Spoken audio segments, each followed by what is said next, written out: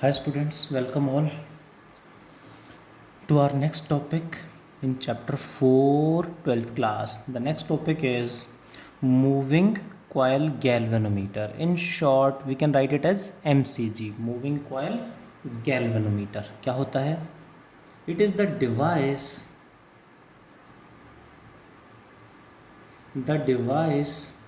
used to measure small current device used to measure small current or small current और small voltage को measure करने के काम आता है. That device is named moving coil galvanometer. What is its principle? किस principle पे काम करता है ये? जो लास्ट टॉपिक हमने पढ़ा था टॉर्क वाला, वही इसका प्रिंसिपल है. Principle is what? A current carrying loop और coil rotate means torque produce हो जाएगा. करंट कैरिंग लूप और coil rotates means torque produce हो जाएगा. when placed in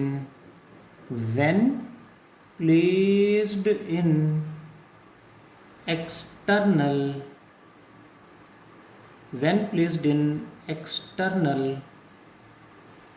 uniform perpendicular magnetic field. ध्यान देंगे, इंपॉर्टेंट है.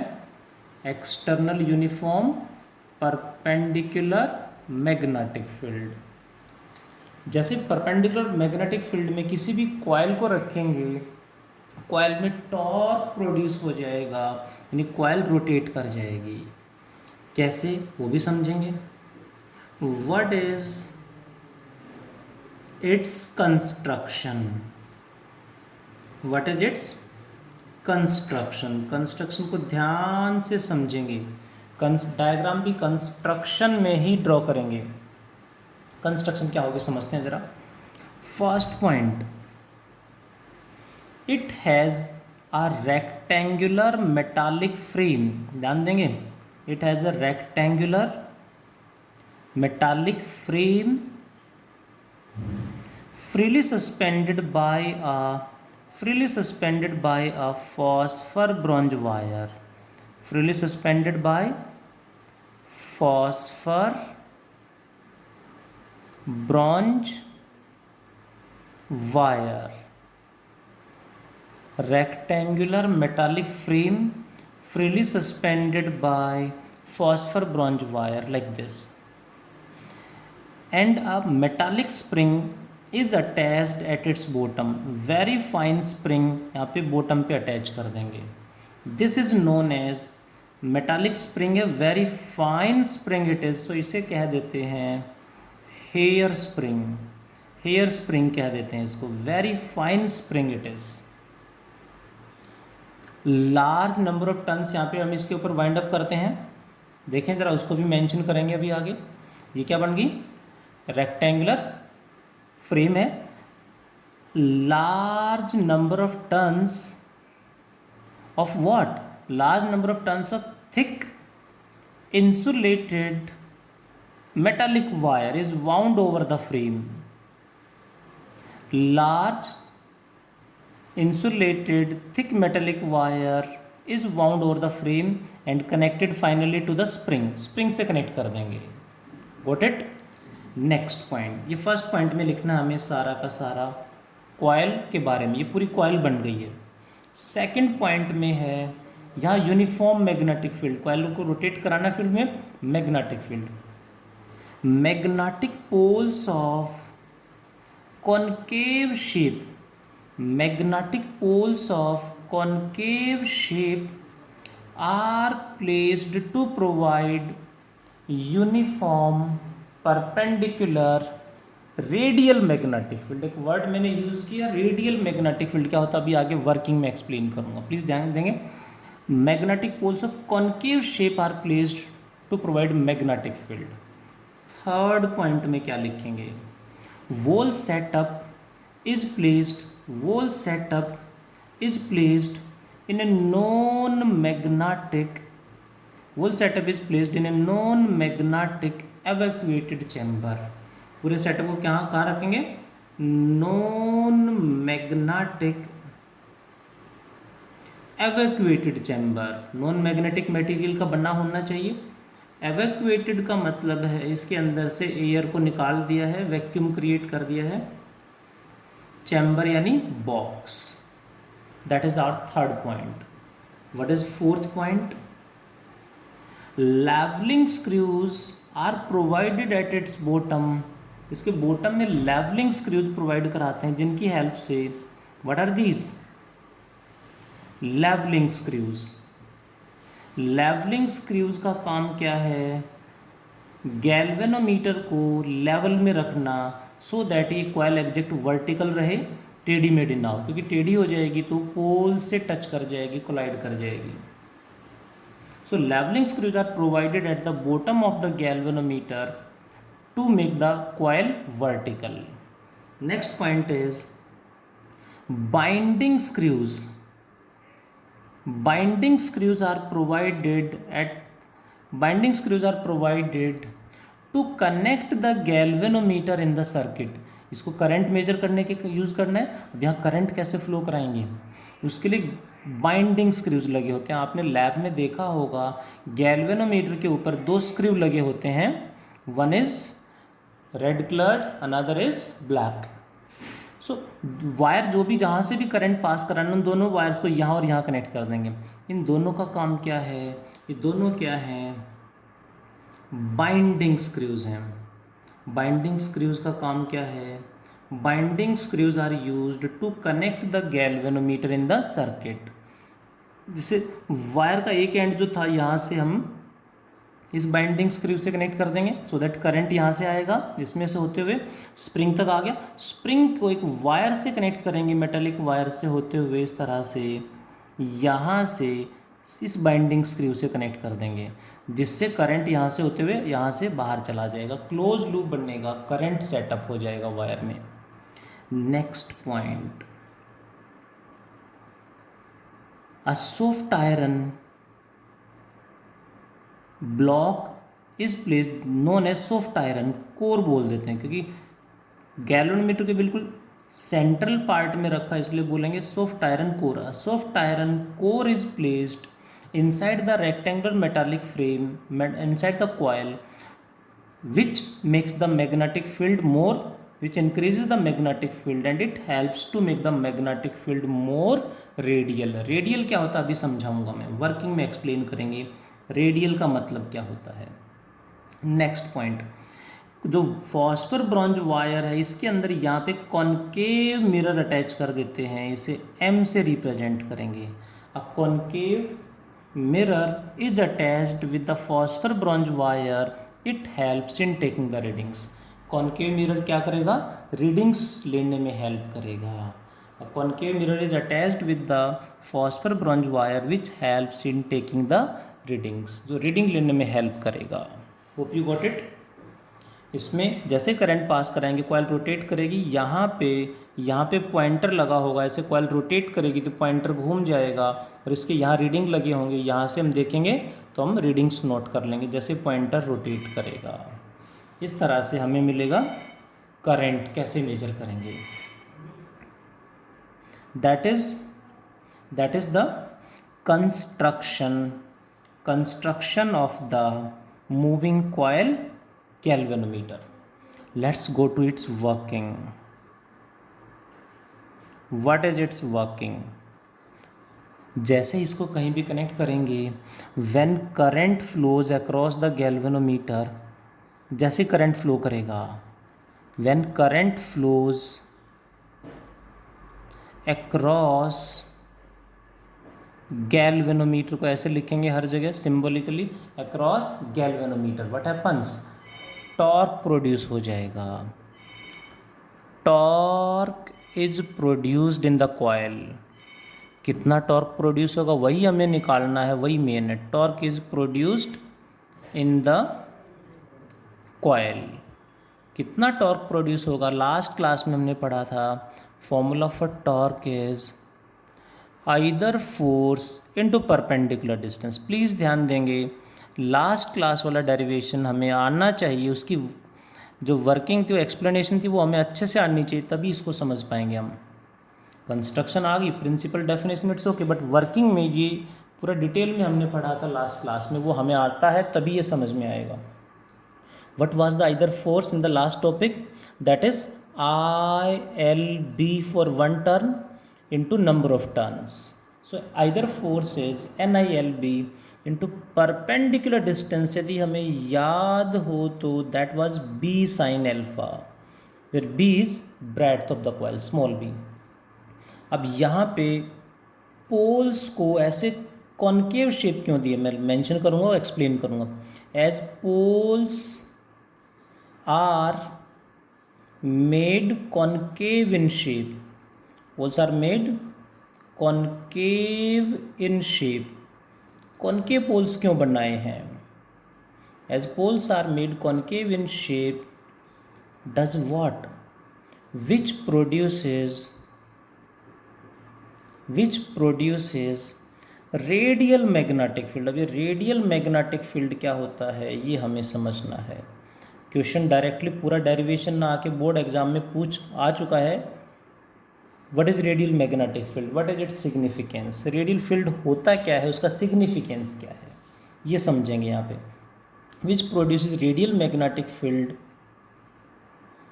जिससे क्या होगा वो भी समझना है और होता क्या वो समझना है। Due to which perpendicular distance that is, क्या था परपेंडिकुलर डिस्टेंस, अभी फर्स्ट इक्वेशन में लिखा b sin alpha becomes constant equals to breadth of the coil. ध्यान देंगे, यदि पोल्स कॉन्केव की जगह मैं डायग्राम से समझाना चाहूँगा, इस तरह से पोल्स होंगे, फ्लैट पोल्स होंगे, फ्लैट सरफेस होगा, तो इनका मैग्नेटिक फील्ड ऐसे होगा, जिससे परपेंडिकुलर डिस्टेंस में इसके बीच में कॉइल को रोटेट कराएंगे तो अल्फा चेंज होगा। साइन अल्फा चेंज होने से परपेंडिकुलर डिस्टेंस वेरी करेगा, जिससे वेरिएबल टॉर्क प्रोड्यूस हो जाएगा and device becomes very complicated. Working भी कॉम्प्लिकेटेड हो जाएगी और करंट मेजर करना भी कॉम्प्लिकेटेड हो जाएगा। बट इंजीनियर्स ने क्या किया, साइंटिस्ट ने क्या किया, पोल्स को फ्लैट होने की बजाय कॉन्केव पोल्स बना दिए इस तरह से। इससे क्या फ़ायदा हुआ, कॉन्केव पोल बनाने से मैग्नेटिक फील्ड ऐसे नहीं होगा, मैग्नेटिक फील्ड ऐसे होगा, इस तरह से होगा, इस तरह से होगा, यहाँ पे मैग्नेटिक फील्ड ऐसे होगा। यानी कॉइल जहाँ भी रखी होगी, जिस प्लेन में होगी, वहाँ पे कोई ना कोई ऐसा मैग्नेटिक फील्ड लाइंस होंगी, मैग्नेटिक फील्ड होगा जो प्लेन ऑफ कॉइल के अक्रॉस होगा।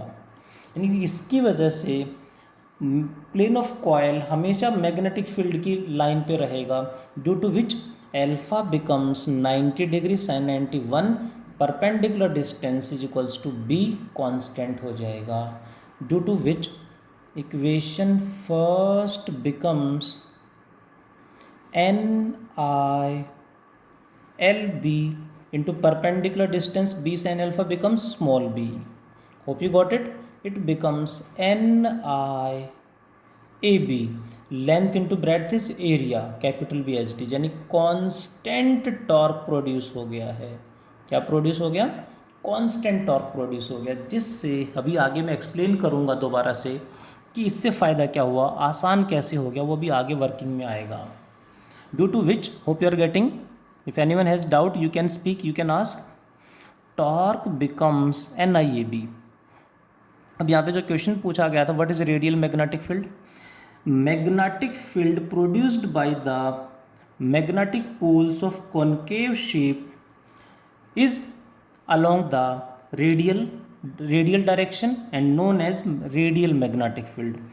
इसका इम्पोर्टेंस क्या है, रेडियल मैग्नेटिक फील्ड का importance is perpendicular distance always remains constant equal to breadth of the coil, because इसमें मैग्नेटिक फील्ड की डायरेक्शन बहुत सारी हैं, that's why alpha becomes 90, sine 91 हो जाएगा। आगे बढ़ते हैं। होप यू अंडरस्टैंड कि पोल्स को कॉनकेव शेप में क्यों लिया, फ्लैट क्यों नहीं लिया। उससे रेडियल मैग्नेटिक फील्ड जो प्रोड्यूस हुआ वो क्या होता है, रेडियल का मतलब समझ में आया होगा और इसकी इम्पोर्टेंस क्या है।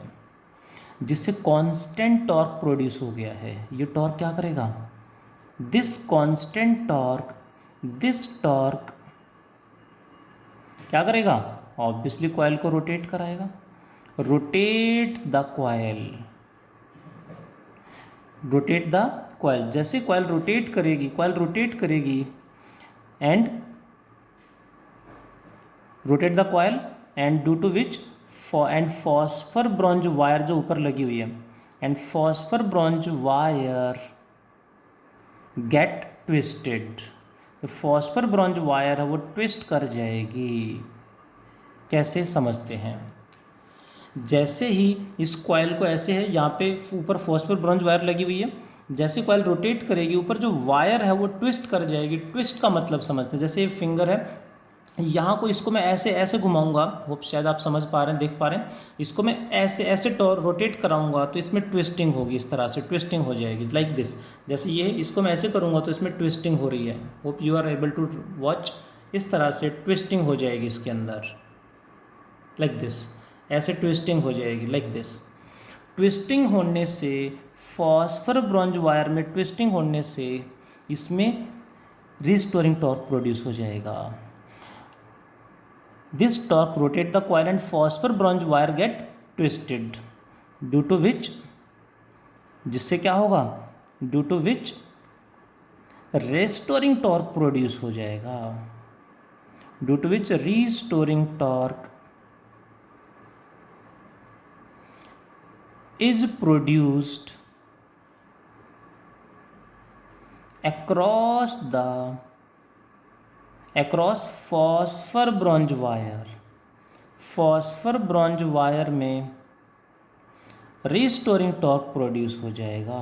रिस्टोरिंग टॉर्क क्या करेगा, फॉस्फर ब्रॉन्ज वायर, ध्यान देंगे फॉस्फर ब्रॉन्ज वायर में रिस्टोरिंग टॉर्क प्रोड्यूस हो गया। वो रिस्टोरिंग टॉर्क क्या करेगा समझते हैं जरा जल्दी से। Hope you are getting till the point.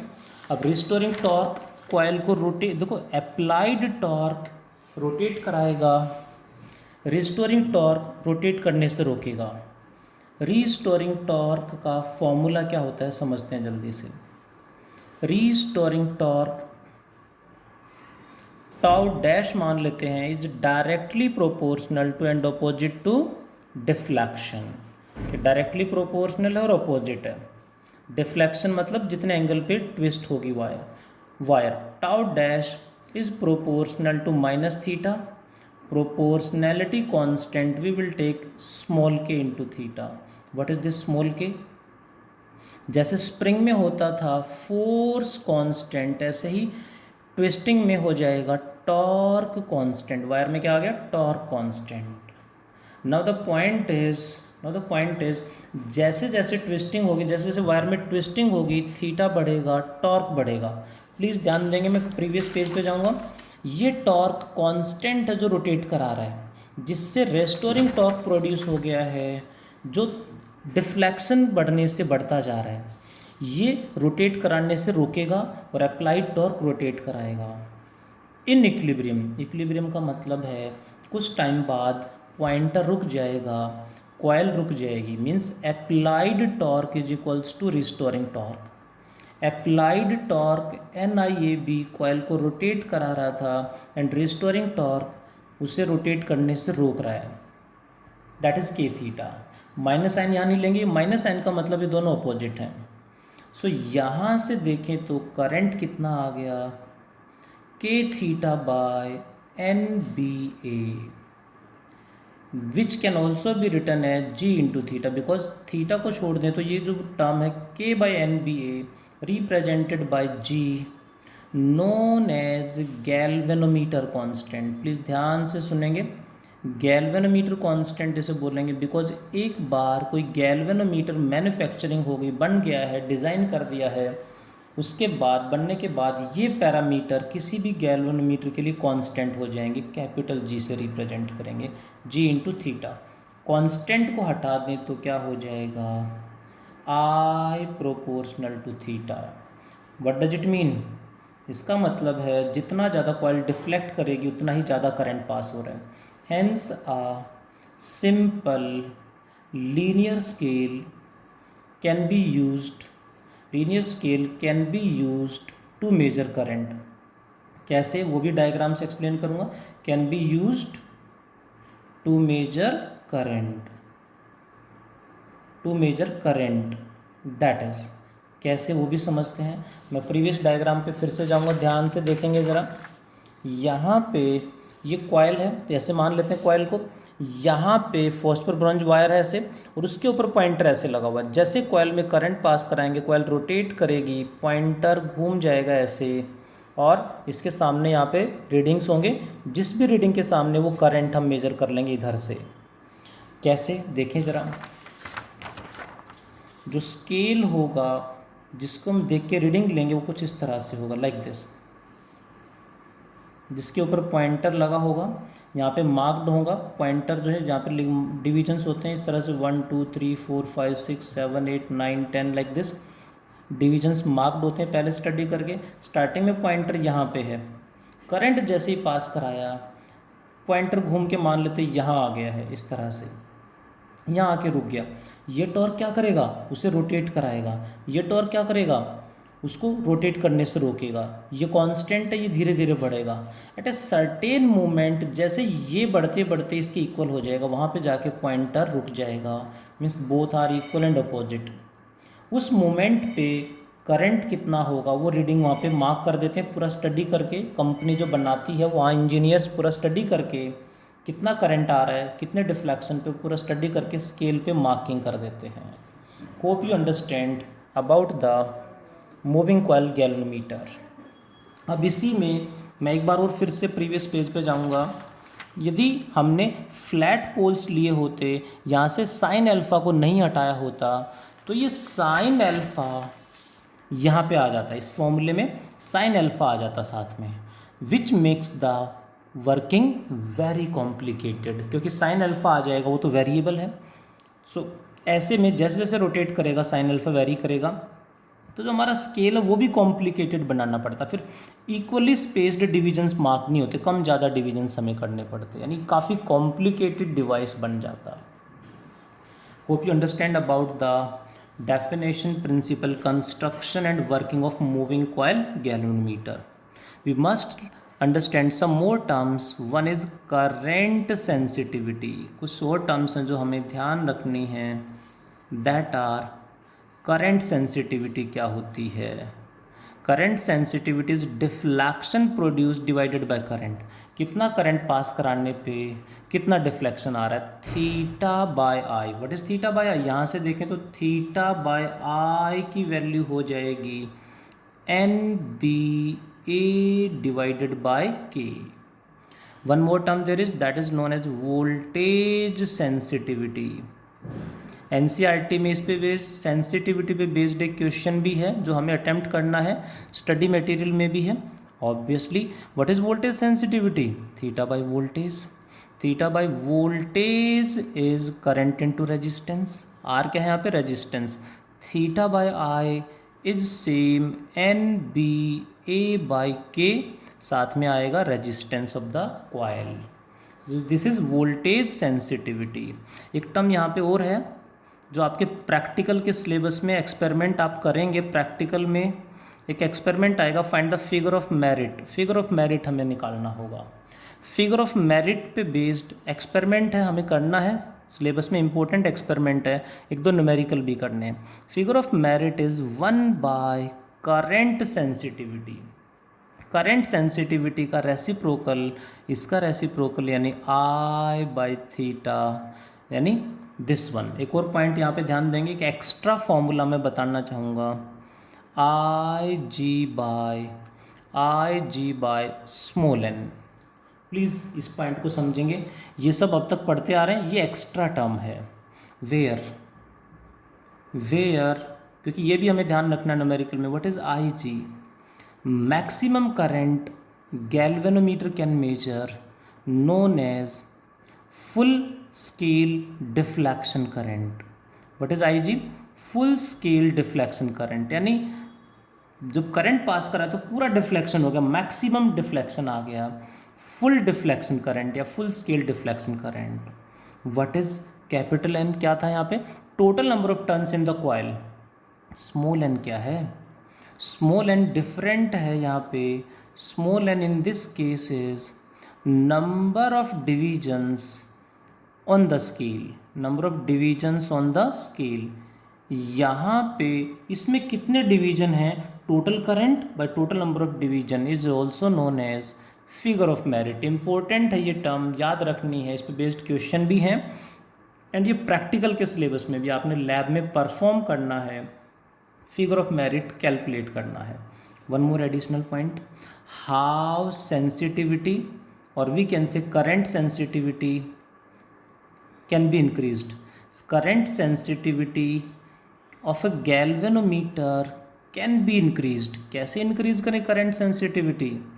Can be increased by, first one is current sensitivity or voltage sensitivity is NBA by K. By क्या कैसे increase कैसे बढ़ाएं? By increasing number of turns in the coil. Current sensitivity can be increased by increasing magnetic field, by increasing area of the coil or loop. And fourth one is obviously denominator में है, reciprocal है, by decreasing K. What is K? K is मैंने यहाँ पे लिखा था torque constant. ये भी मैं बताना चाहूँगा यहाँ पे, नंबर ऑफ टर्न्स एक लिमिट तक बढ़ा सकते हैं। फील्ड भी हम ज़्यादा इंक्रीज़ करना होगा तो पोल्स का साइज़ बढ़ाना पड़ेगा, विच इज़ डिफ़िकल्ट, क्योंकि हमें डिवाइस का साइज़ भी छोटा रखना है। एरिया भी हम एक लिमिट तक इंक्रीज़ कर सकते हैं, क्योंकि डिवाइस का साइज़ बड़ा नहीं होने देना है। इसको कम कर सकते हैं। एक बार मैं फिर से प्रीवियस पेज पे जाऊँगा। हमने कॉयल को फॉस्फर ब्रॉन्ज वायर से सस्पेंड किया था। वायर फॉस्फर ब्रॉन्ज वायर ही क्यों लिया? सिंपल वायर क्यों नहीं लिया? सिंपल स्ट्रिंग क्यों नहीं लिया? बिकॉज फॉस्फर ब्रॉन्ज वायर का टॉर्क कांस्टेंट स्मॉल के, torque constant phosphor bronze wire का काफ़ी कम होता है। ये कम है, इसलिए करंट सेंसिटिविटी गैल्वेनोमीटर की बढ़ जाती है, इसलिए फॉस्फर ब्रॉन्ज वायर यूज़ करते हैं। Hope you understand what is moving coil galvanometer, its definition, principle, construction, working, and additional terms, current sensitivity, voltage sensitivity, figure of merit, and how it can be increased. Hope you got it. आज इतना ही पढ़ते हैं। Thank you all. Take care.